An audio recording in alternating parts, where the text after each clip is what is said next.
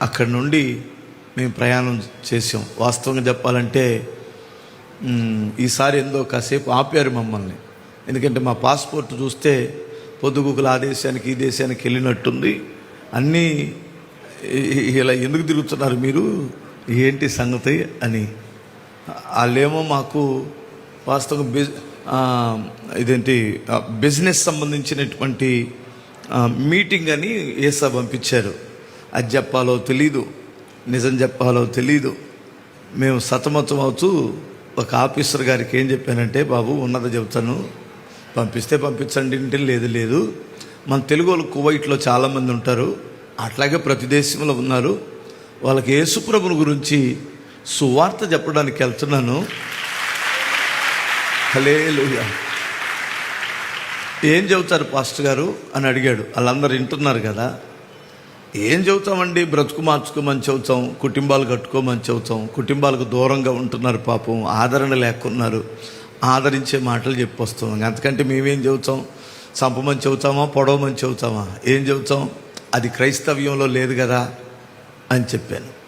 మంచిది అనుకొని రాసేసాడు. వెళ్ళాం. హల్లెలూయా. 20వ తేదీ రాత్రి అక్కడికి వెళ్ళి తర్వాత 21వ తేదీ చాలా అద్భుతంగా దేవుడు ఒక మంచి అక్కని పరిచయం చేశారు. అక్కడ రత్న మైత్రి అనే ఒక అక్కగారు, ఆమె ఒక ఆడ మనిషి అండి. అంటే రత్నమైత్రి అంటే అర్థమైంది కదా. వాళ్ళ భర్త గారు ఏ స్థానంలో ఉన్నాడంటే, రాజుగారి దగ్గర ఒక సలహాదారుడిగా పనిచేస్తాడు ఆయన. ఆమె తగ్గించుకొని పేద బిడ్డల ఇంటికి వెళ్ళి ఒక సామాన్యురాల్లాగా ఇంటింటికి వెళ్ళి యేసుప్రభుని గురించి చెప్పి, మనోళ్ళు ఎక్కడెక్కడ తెలుగు వాళ్ళు ఉన్నారో, కన్నడ వాళ్ళు ఉన్నారో, తమిళ వాళ్ళు ఉన్నారో వాళ్ళందరికీ సువార్త చెప్పి ఇంచుమించు 4,000 మంది సంఘం ఆమెది. అక్కడ అక్క మమ్మల్ని వాళ్ళ ఇంటికి పిలిస్తే వెళ్ళాం. శుక్రవారం కదా వాళ్ళకి ఆరాధన. శుక్రవారం వాళ్ళ ఒక ఆరాధనలో, మొదటి ఆరాధనలో మాట్లాడి ఇంకొక ఆరాధనకి ఇంకొక చర్చికి వెళ్ళాను. అది జోసఫ్ రెడ్డి గారని, ఆయన కూడా ఆ దేశంలో బాగా ఆశీర్వాదకరంగా స్థిరపడి దేవుని సేవ చేస్తున్నారు. వాళ్ళ చర్చిలో మాట్లాడాను. తర్వాత సాయంత్రం నన్ను పిలిచినటువంటి తమ్ముడు షారోన్ ప్రసాద్, అతను ఎంత పేదవాడంటే, ఎన్ని కష్టాలలోంచి తీసాడంటే, ఒక్క మాట చెప్పి ముగిస్తాను. ఏమిటంటే, అక్కడ ఎక్కువ మంది, కొంతమంది ఆఫీసర్స్గా పనిచేసే వాళ్ళు ఉన్నారు, కొంతమంది కంపెనీల్లో పనిచేసే వాళ్ళు ఉన్నారు, కొంతమంది ఇళ్లల్లో కష్టాలు పాలవుతూ ఇళ్లల్లో పనిచేసుకొని ఆ డబ్బుతో ఇక్కడ అప్పులు తీర్చుకోవాలని, పిల్లలను చదివించుకోవాలని భర్తలను విడిచిపెట్టి, పిల్లల్ని విడిచిపెట్టి అక్కడ ఉండే స్త్రీలు చాలామంది ఉన్నారు. మీరు అనుకున్నట్లు కువైట్లో ఉన్న బిడ్డలు కొందరు చాలా రిచ్గా ఉన్నారు, భార్యాభర్తలుగా ఉంటారు, ఇద్దరు జాబ్ చేసుకుంటారు. కొంతమంది ఒంటరిగా ఉంటారు. మీరు అనుకున్నట్లు కొందరు అపోహ ఉన్నట్లు అందరూ తప్పుడోళ్ళు కాదు, అందరూ మంచోళ్ళు కాదు. ఎందుకంటే వాళ్ళల్లో చాలా భక్తి కలిగిన బిడ్డలు, నీతి కలిగి భర్తకు దూరంగా ఉన్న, రోషం కలిగి భక్తి చేస్తూ ప్రేమ కలిగి ఉన్నటువంటి బిడ్డలని నేను అక్కడ ఎక్కువ మందిని చూశాను. వాస్తవంగా ఇక్కడ చెడిపోయినటువంటి వారిని ఊరేసినా పర్వాల, భర్త ఉండగా ఊరేసినా పర్వాలేదు అంటున్నాను నేను. భార్య ఉండగా అక్కడ అందరికీ దూరంగా ఉండి దేవుని మీద ఆధారపడి నీతి కలిగి బ్రతుకుతున్న బిడ్డలు అక్కడున్నారు. ప్రియులారా, మీరు గమనించండి. ఒక అమ్మాయి, ఒక సిస్టర్కి తన కుమారుడు చచ్చిపోయాడు ఇండియాలో, కానీ ఆమె వెళ్ళాలి, పంపించట్లేదు. ఈ షారోన్ ప్రసాద్ అనే అబ్బాయి ఆమెకు హెల్ప్ చేయాలని, ఈయనకు తెలిసిన ఒక పోలీస్ ఆయన ఉంటే ఆ పోలీస్ ఆయనతో మాట్లాడితే నేను పంపిస్తాను అని చెప్పాడు. ఆయనతో మాట్లాడుతున్నప్పుడు ఇక్కడికి రావాల్సిన ఆ చనిపోయిన అబ్బాయి తల్లి, ఆమె తల్లి, అంటే ఆ చనిపోయిన అబ్బాయి అమ్మమ్మ, ఇద్దరు ఉన్నారు అక్కడ. ఈ అబ్బాయి ఎప్పుడో టిక్కెట్ డబ్బులు ఆయనకి ఇవ్వాల్సింది. ఈ మాటలు మాట్లాడిన తర్వాత ఆ టిక్కెట్ డబ్బులు అన్నా నేను అప్పుడు మీకు 50 దీనారాలు ఇవ్వాలి కదా అని ఆయనకి ఇచ్చాడు. ఇస్తుండగా వాళ్ళ అమ్మమ్మ చూసింది. ఆమె ఏమనుకుందంటే లంచం ఇస్తున్నాడు అనుకుంది. ఈ లోపల ఏదో చిన్న పేసీ పెడితే కొంచెం 2 రోజులు ఆగమనో 1 రోజు ఆగమనో పేసీ పెడితే, ఏందండి పోలీస్ ఆయన మా ప్రసాద్ లంచం కూడా ఇచ్చాడు, డబ్బులు కూడా ఇచ్చాడు కదా, పంపించవచ్చు కదా అని వాగింది. ఆ మాట అలా పెట్టుకొని గుర్తుపెట్టుకొని మౌనంగా ఉండి టక్ వీళ్ళు ఎక్కడున్నారో చూసి ఆ పోలీస్ ఆయన్ని ఇతన్ని తక్కువ బేడీలు వేసుకొని తీసుకొని వెళ్ళి భయంకరమైన జైళ్ళు, అక్కడ జీవితంలో వెలుగు చూడని జైళ్ళు, కొట్టడం కూడా విపరీతమైన కొట్టుడు. ఆ కొట్టుడు ఇండియా దేశంలో లేదు. అలా చిచ్చరవద చేస్తున్న సమయం అది. అలా దెబ్బలు తింటున్నాడు అబ్బాయి. వాళ్ళని పంపించేశారు, వీళ్ళని లోపలేశారు. విచిత్రమైన సంగతి ఏమిటంటే ఈ పోలీసు ఆయన అరబ్బీడు, ఈ అబ్బాయి తెలుగు అబ్బాయి.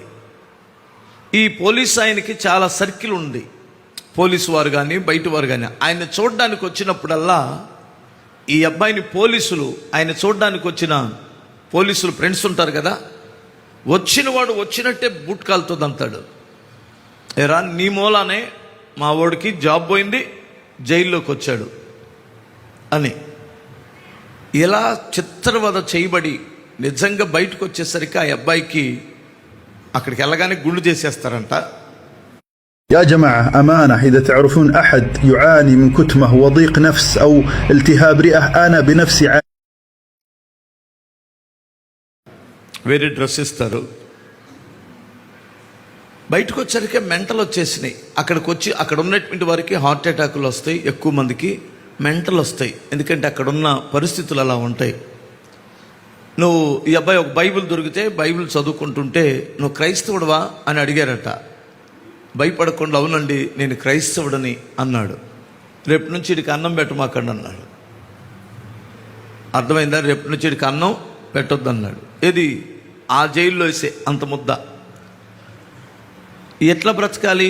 ప్రభువా నేను నీ సేవ చేస్తున్నాను, నాకేంటి నాయన, నేను మంచికే కదా వెళ్ళాను అని ప్రార్థన చేసుకునేవాడు.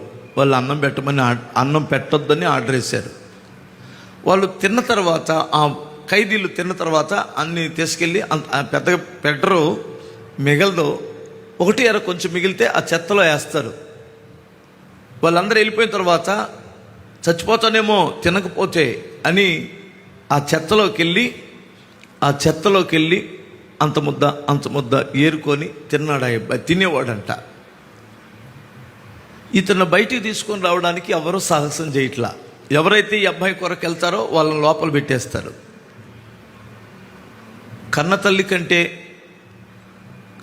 తోబుట్టిన దానికంటే ఎక్కువైన ఒక సిస్టరు అక్కడ ఒక ఆమె ఉంది. ఆమె పేరు కరుణ.